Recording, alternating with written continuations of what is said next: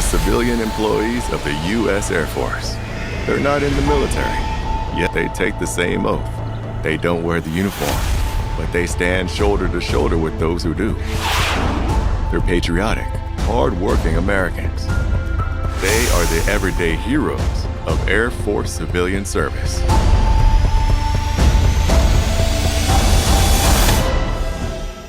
Forces joined. Well, hello everyone. Welcome to episode 39 of Aim Higher, Taking It to the Skies. I'm Ryan Schneider, AFCS Marketing and Brand Management Specialist, and your host for tonight's live webinar. Tonight, I'll be introducing you to a mission-critical profession that's essential to the Air Force's success, but often flies under the radar: the civilian pilot simulator instructors of Air Force civilian service. Not only are they guiding the hands of the next generation of pilots, but they're also sharing their wisdom to ensure our pilots are equipped with the skills and know-how they'll need to dominate the skies. Make no mistake, AFCS's simulator instructors are pilots in every sense of the word.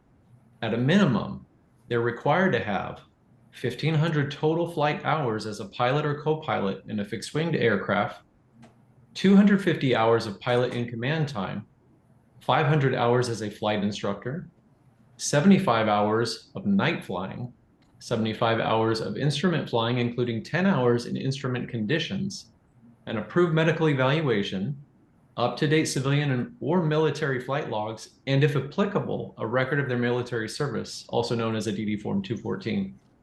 And while this list isn't very long, it's detrimental to the success of their mission, because after all, this isn't an entry-level career. For those of you who have owned the skies, being a simulator pilot instructor is a great way to give a tiny piece of it back, keep the thrill alive, and teach future pilots how to dominate the skies themselves. Joining me this episode are two extraordinary AFCS civilian flight instructors who bring a wealth of experience and dedication to the Air Force's pilot training program. From simulator cockpits to real-world scenarios, they'll share their stories, what drew them to this unique and rewarding career, the challenges they face, and why the Air Force's mission continues to inspire them every single day. As our discussion unfolds, we know you're going to have questions, so in typical fashion, we have a live Q&A team standing at the ready. Whether you're curious about what it takes to become a civilian flight instructor, want to learn about career paths within AFCS, or have questions about the application process, our recruiters and subject matter experts are standing by. Simply type your questions into the Q&A box and we'll provide the answers. And as a little extra, we're going to pull a few of your questions throughout the show to answer live towards the end of the evening. So keep those fingers ready, audience. All right, now that we got the housekeeping out of the way, let's meet our guests. Gentlemen, would you please introduce yourselves, give us a bit about your backgrounds. Mike, let's start with you. Hi, I'm Mike Stevens. I'm a civilian flight and simulator instructor at Laughlin Air Force Base for the 86th Flying Training Squadron. I teach in the T1 simulator platform. I was a T1 instructor pilot for about 18 years in the Air Force Reserve. I've also had a chance to be out in the civilian world, and I flew for Southwest Airlines for about 3.5 years. And I decided right after COVID had begun that I needed a life change, and I decided to go back to the Air Force and enter into this career field. I've been doing this as an instructor in the civilian side for about 4 years, but I've got about 24 years total in flying with this platform. So we're happy you're here, Mike. Bill, over to you. I'm Bill Foster. I'm the Director of Academics and Simulators here at Vance Air Force Base for the 71st Ops Group. My flying background is in the Navy. I've been here at Vance for 25 years as a simulator instructor. I started out after I retired from the Navy expecting to do airline things, and that didn't work out. Timing and opportunities brought me here. I did. My last tours in the Navy were instructor tours, and I loved instructing. And this job just fit like a glove and allowed me to continue to do that.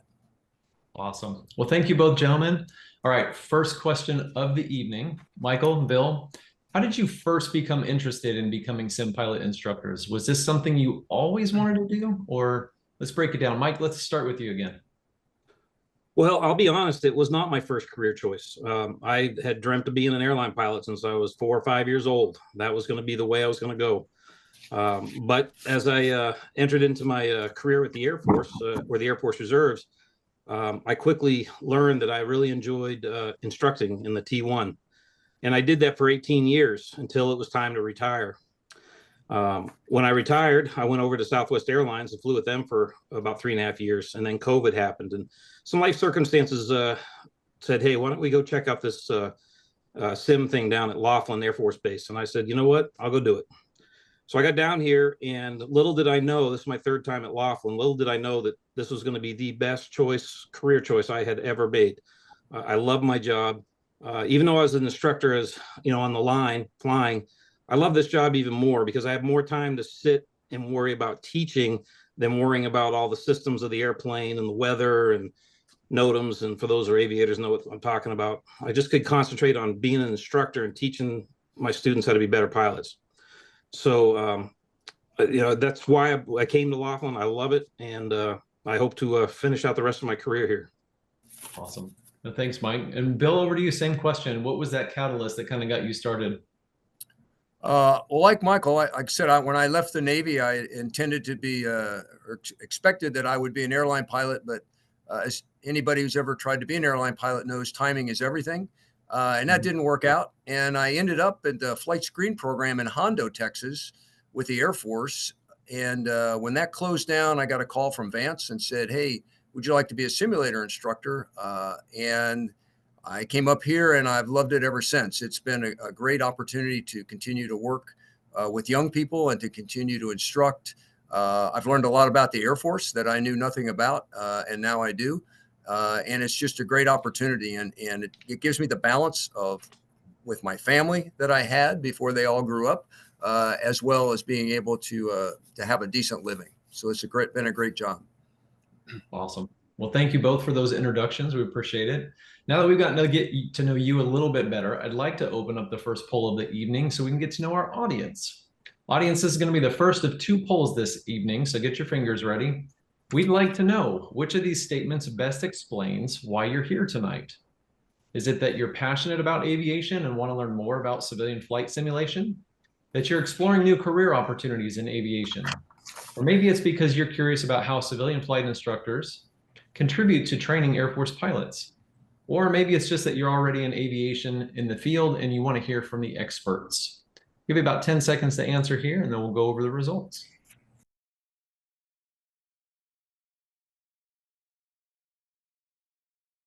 So it looks like y'all are exploring new career opportunities in aviation. So it's exciting to see, you know, so many people here just looking at that, new career paths in aviation overall. You know, civilian flight instructors, they offer, you know, the incredible opportunity to do what you love while playing a crucial role training our Air Force pilots. Michael and Bill are going to share their experiences tonight. You're going to get a sense of what it's like to turn your skills into a rewarding career. So stay tuned. If you're considering making this leap, this is your chance to learn more. All right, audience, let's get back to our panelists. Mike, Bill, can you walk us through what a typical day looks like for the 2 of you? Bill, let's start with you this time. Okay, here at Vance, I'm a T6 instructor, the primary flight instructor, a bonanza on steroids. And so we have a pretty structured schedule for a primary flight training program. An instructor like myself would typically do 2 simulator events a day with 2 different students. Each event is a 3-hour event with a 1-hour brief, 1 hour and 15-minute sortie, and then 45-minute debrief. And we do that twice a day. Also blended in with that, a portion of us, probably about a third of us or so, are academic instructors. And we get the opportunity to teach the academic courses that are required for the syllabus as well. Awesome. Thank you for that, Bill. And Mike, I understand you have a little bit different situation. Can you explain that to our audience? Excuse me. Yes, I'm a T1 instructor, a simulator instructor here at Laughlin Air Force Base. And our mission is a little bit different than the primary mission. We generally take about 5.5 hours to do our total time with 2 students in the seat. Unfortunately, the Air Force has decided that this program had reached its time of useful consciousness, and we're going to move on to different airframes. And so I will probably be doing a schedule much more similar to Bill here in about 8 months. But right, in the meantime, T6s as well then. Exactly. Okay. Awesome. Well, you know, I can tell, I hope our audience can tell that y'all both have a passion for teaching. Would you mind sharing what the most fulfilling aspect of coming to work every day is for you? Mike, let's start with you this time. I thoroughly enjoy feeding the young mind information and watching them take that mind, that information, turn it around, and then the clue light comes on. There's nothing more gratifying than seeing a trainee get it, and it fires me up. It's exciting to get in there. Sometimes they fly better than you. And it's exciting to see that because only a dad can be happier when their kid's doing better than them. So quite honestly, I mean, they're that age for me. So I mean, it's just exciting to see that when they put in that hard work, and you were able to help mold them. So for me, it's Awesome. just watching them grow. Really, really rewarding for you. And that's awesome. And Bill, how about you? What's your big fulfilling aspect that is it similar to what Mike has, or you have something a little different? I like his term when the clue light comes on, and it's really obvious in primary because we take pedestrians off the street. They have either a private pilot's license or 15 or 20 hours in the Diamond Katana in the IFT program, initial flight training program, and that's it. And then we put them in an airplane that flies 215 knots all over the sky, and so it's kind of awe-inspiring to them at the beginning and a little overwhelming, but it is interesting and it's fun to watch them as you explain the concepts and they get to practice. And as he said, when the clue light comes on, that's very gratifying. I also like the fact that I like the interaction with the students. I like just to again, like Mike said, they're the age of, they're actually younger than my kids. And I like to interact with them, and I like it when they come and ask questions. And they truly, you can tell they truly are interested. They want to learn. This is their chosen profession, and it's as if they're going through a master's program. Instead of going to med school, they're here learning a profession. And it's just great to see them want to learn and try to help them. Awesome. It makes me smile to know that y'all have found such great fulfillment in what you do for Air Force civilian service. So thank you for sharing. Now, I understand while technology has undeniably made huge strides in aviation over the past few decades, for many instructors, the fundamentals of flight still form the backbone of their training programs. Michael and Bill, let's talk about that balance. I mean, obviously, technology's come a long way, but how do you see it impacting or maybe not impacting your roles as instructors when it comes to teaching those core skills to new pilots? Mike, let's start with you again. Well, technology is hugely important in what we do. And the way we present material now, it used to be, overhead slides and paper and lots of drawing and a lot of taking notes. And now it's PowerPoint slides and iPads and, whatever that Apple Pen is called and those kind of things. That's just for learning how to study. The simulators themselves, we just upgraded 3 of our simulators into a much more modern avionics suite. It's called the AMP upgrade. And so when you fly my airplane, I was flying 737s for Southwest Airlines. It looks almost identical on the cockpit display. So it is very important. We don't use virtual reality in my world, but I know Bill will probably talk about that. So they're blending those things in.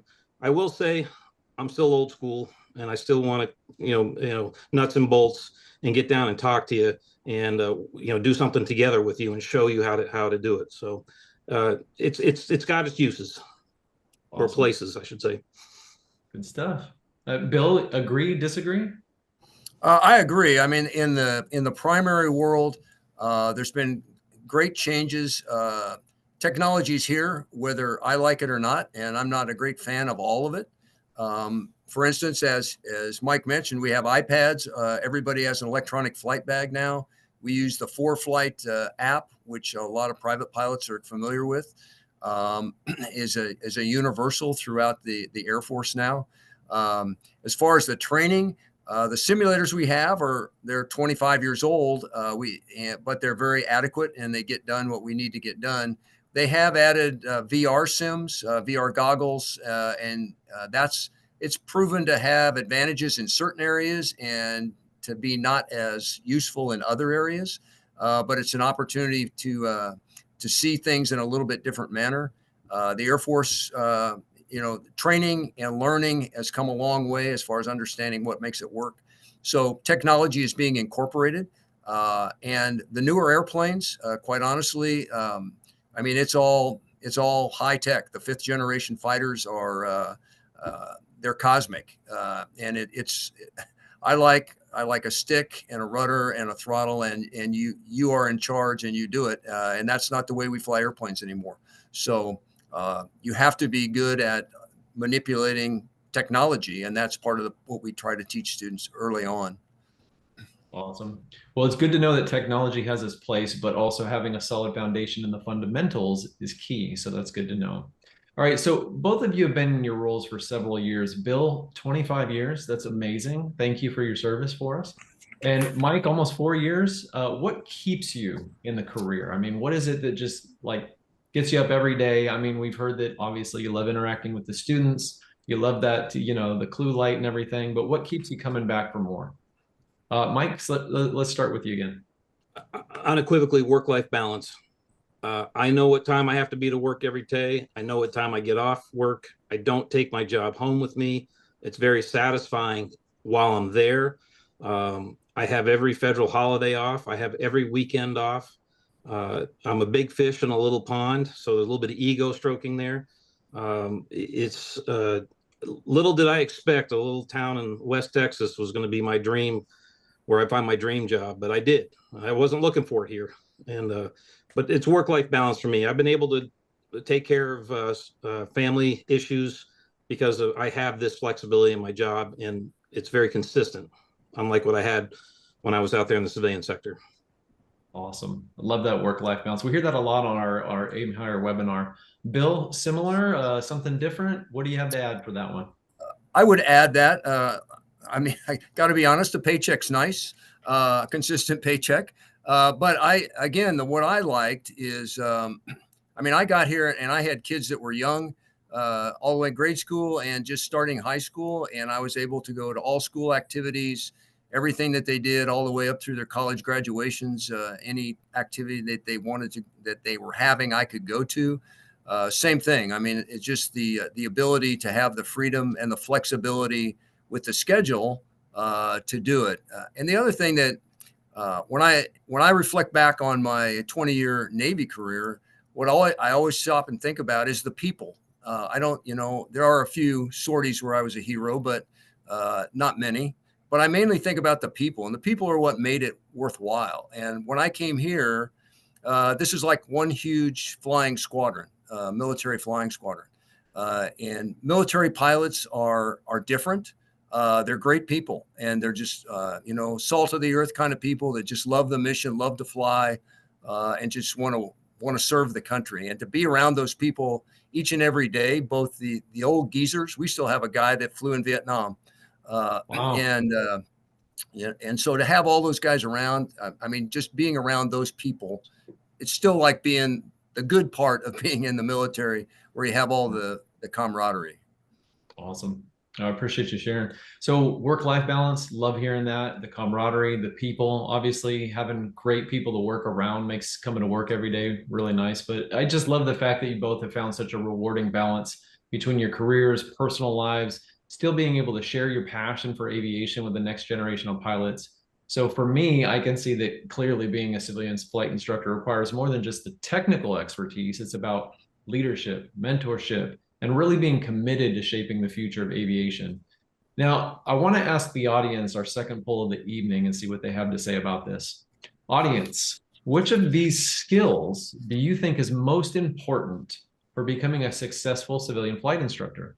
Is it leadership and mentorship, expertise in flight operations, problem solving under pressure, and attention to detail and safety protocols? We'll wrap it up. So I'll give you about 5 to 10 seconds here to answer, and then we'll go over those results with you.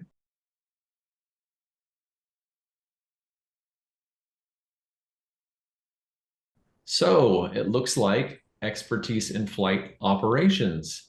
So clearly that stands out for many of you. Looked like it was a whopping, it wasn't real close. But, Michael and Bill have touched on the depth of knowledge required to be a successful civilian flight instructor, mastering the details, understanding that not only technology, but the psychology of flight. If you're someone who values precision and expertise, you might just have the right stuff to be a flight instructor. And gentlemen, do you agree with that? I'm curious. This is off the cuff, but do you think being able to have that expertise in flight operations is good, or do you think one of these others kind of trumps that, the leadership, mentorship, problem solving under pressure, or that attention to detail and safety protocols? What do you think, Bill? Well, I'll be honest. I think that for myself, I kind of take the aviation expertise for granted, and the requirements that you mentioned at the beginning kind of cover that. Yeah. So, I mean, to get through the door, you have to have a lot of flying expertise. And so when you get here, I mean, anybody can fly airplanes, but not everybody can instruct. There's a lot of great pilots that can instruct, and there's a lot of great instructors that may not be the best pilot in the world, but they can really instruct. So, Yeah. I mean, none of them are exclusive. But yeah, I think if you're just trying to get started, probably the best thing, you have to have the expertise to even get close. Awesome. All right. So agree with the audience. And Mike, what do you think? You want to weigh in on this one? If we were just looking at straightly those four items, I would definitely say it's the expertise in aviation is going to help you be most successful in this job. But we are building leaders, and we are building problem solvers, and you have an opportunity to work on those skills in the sim. I put my students under pressure. I make them have to solve a problem. I'll put a thunderstorm out in front of them while they're flying. Especially when their head's down, to see how long it's going to take with lightning flashing, to see how long it's going to take to see if they're going to do something about it.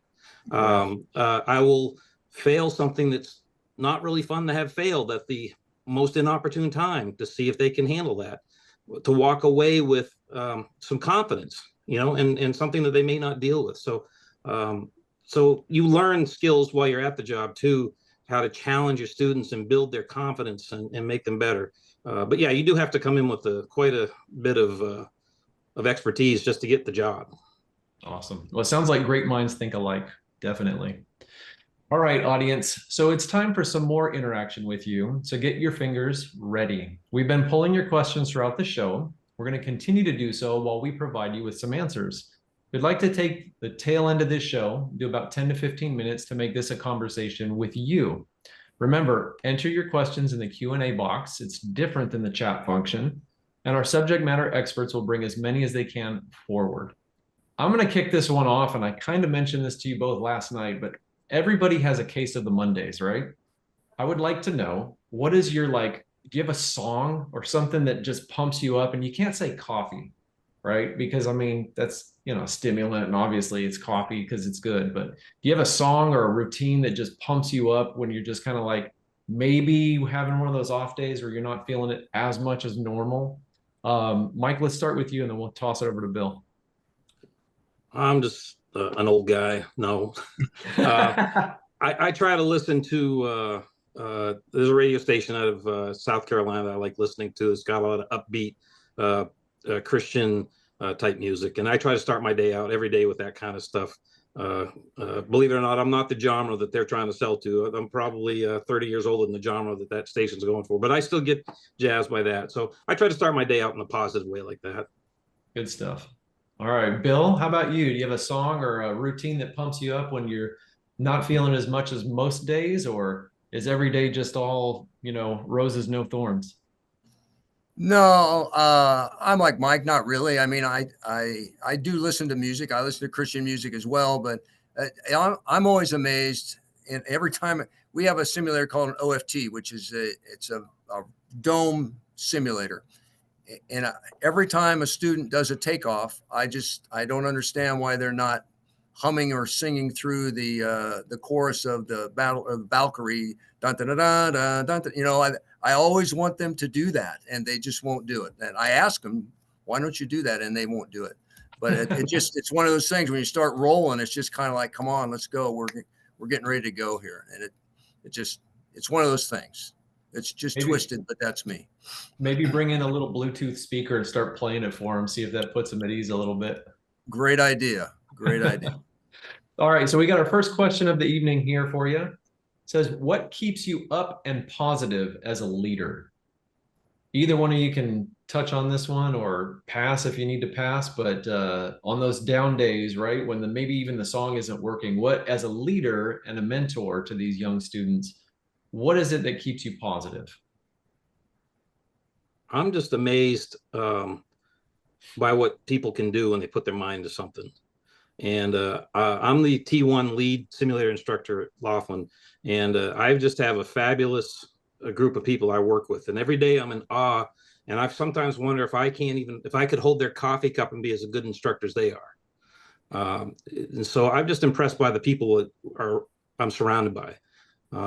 So as a leader, what I do is try to recognize them whenever I can, and meet their needs. If there's a need out there, I try to meet their needs.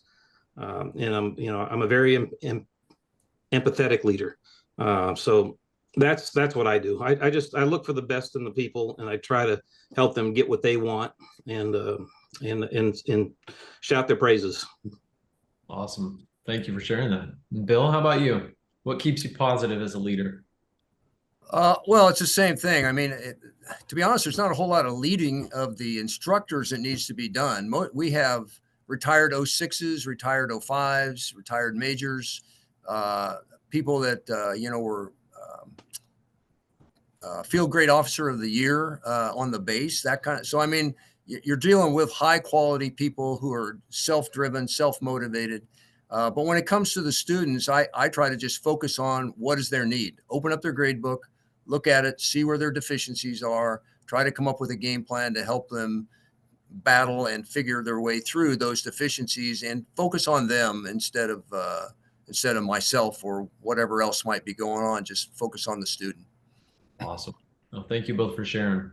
All right. So one question that we do see quite often is this next one, and that's, give us that moment where you knew you were making the difference. Like you absolutely knew that you had solidified your place as an instructor. You were right where you were supposed to be. Was there an aha moment or that catalyst that just like reinforced like everything that you love about what you're doing? And you both talked about the clue light. Was there an extra special moment that you can think to that comes to mind that you're just like, oh yeah, I remember, Captain so-and-so, or, Mr. this, and they did this, but then, what was that moment for you? Do either you have a moment like that you'd like to share? Well, in fact, Monday, I was doing a simulator with an Air Force captain who had been he's a navigator on B-52s coming back through pilot training. And we're learning how to, we call it come into the break, where you do an overhead pattern. It's a very dynamic maneuver. It's a high angle of bank, high G turn to slow down, put the gear down and land. And he was always losing altitude. And it finally dawned on me that he was not trimming at all. And so I told him how to do it. I said, this is what I want you to do. And he coming around the corner, he goes, holy mackerel, that works. And it's like, good. Now we made progress. And so just, to see that, one little thing, and that doesn't happen all the time, but you get enough of those that it keeps you excited to keep coming back. Awesome. No, thank you for sharing, Bill. Mike, how about you? Do you have a moment that just solidified you knew right that you were right where you were supposed to be? Shortly after I was checked out, because you have to go through a qualification training. Shortly after I was checked out, I still had the butterflies, a little bit of anxiousness. Was I doing a good job, and that kind of stuff. And it was Laughlin Air Force Base where I want to be, and those kind of things. And the sim went very, very well. And and I felt very connected with my students. And I just remember walking up out of the bay and going to my office, saying, oh my gosh, I cannot believe I'm getting paid to do this. So it wasn't any one thing in particular, because I have those Groundhog Days, just like Bill was talking about, where the student gets it. And it's just that it's awesome. And it doesn't happen every day, but that's what I remember. It was, I'll tell you, it was in April of 21. It took me about 4 months, about a month after I got qualified. And I finally said, this is just unbelievably good job, you know, and I've never been happier. I've never been happier in any job I've ever had before. That's awesome. Well, I appreciate you sharing.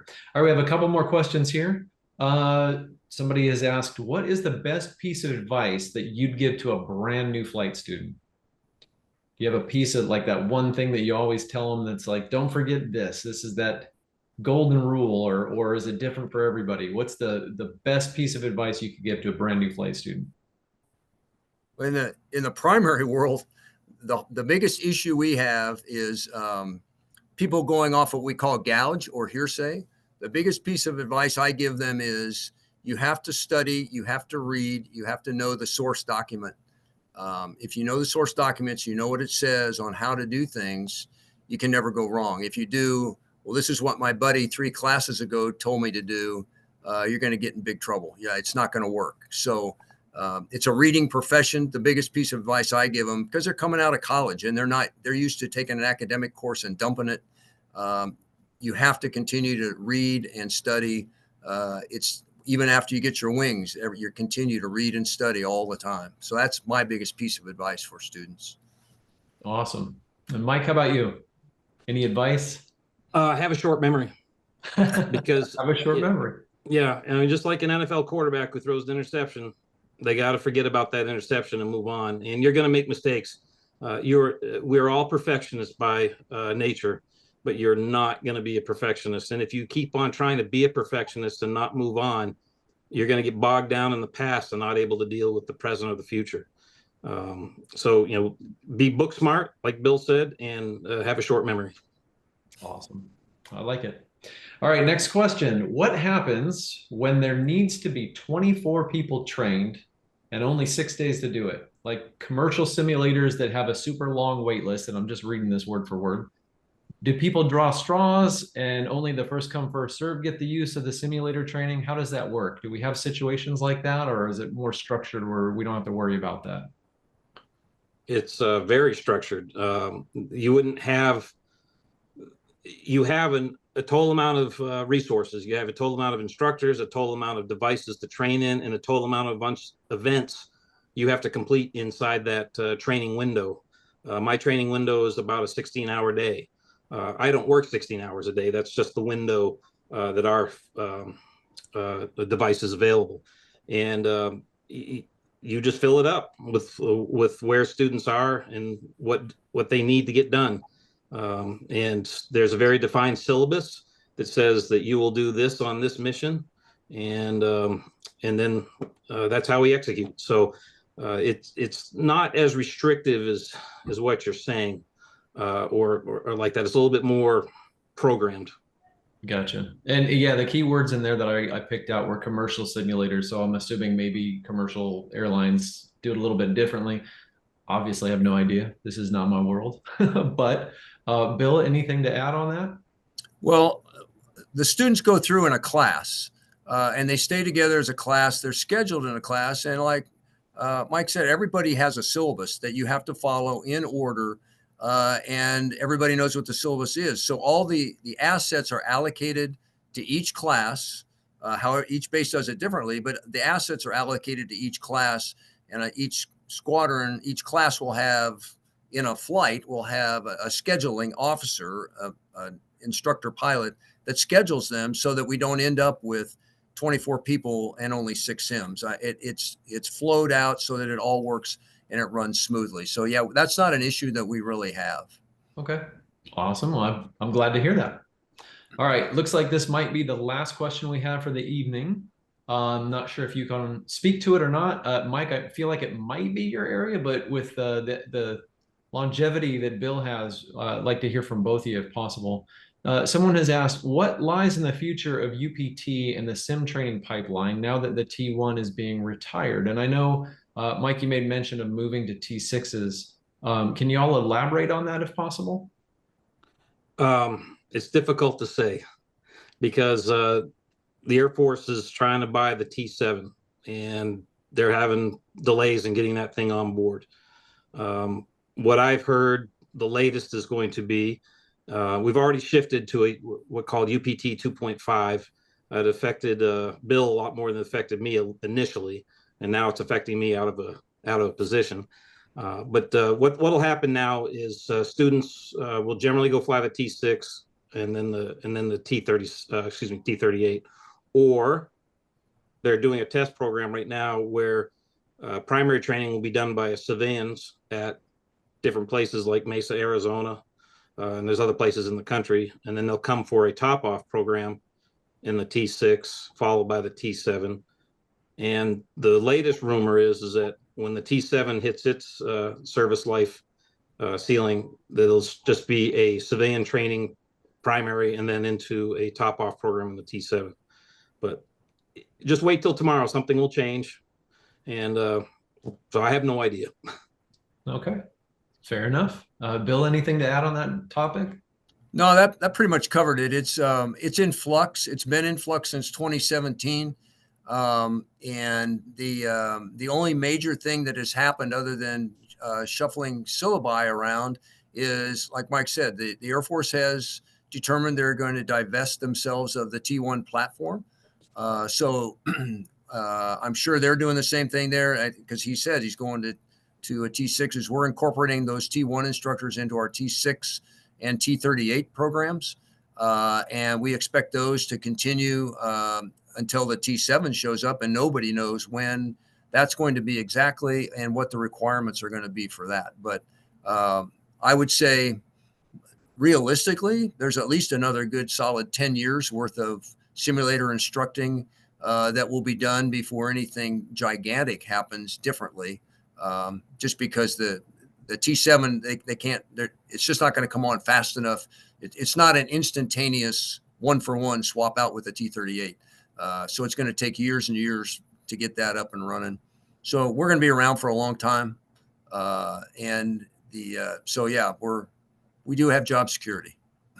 Well, I'm glad to hear that. Well, gentlemen, this has been a fantastic discussion this evening, and obviously our audience has been quite engaged with you. So audience, thank you for your questions. Michael, Bill, I want to thank you both for sharing your stories, your insights. It's clear that civilian flight instructors like you are shaping the future of Air Force aviation, and we appreciate you taking time out of your evening to be with us. You know, you're not just teaching pilots how to fly, you're ensuring that our Air Force remains strong. That's important to us all. And, you know, always ready for the challenges ahead is something that I like to hear from both of you. So that's great. Audience, again, huge thank you to each and every one of you. You keep the lights on for us, so thank you for being with us. We appreciate you taking the time from your evening. You're the reason we do what we do each and every day. And remember, if you're interested in a career like Michael and Bill have, visit afciviliancareers.com to learn more about civilian flight instructor positions and any other exciting opportunities within AFCS. Be sure to tune in next month when Ms. Cheryl Johnson hosts our next Aim Higher episode, The Mechanics of Flight, Enhancing the Safety and Efficiency of Aircraft Maintenance. This will be episode 40. Cheryl will be live on December 4th, so be sure to register now to secure your spot. Until next time, follow us on your favorite social platform for all things AFCS. We hope to see you soon. Thank you, everyone. Have a great evening.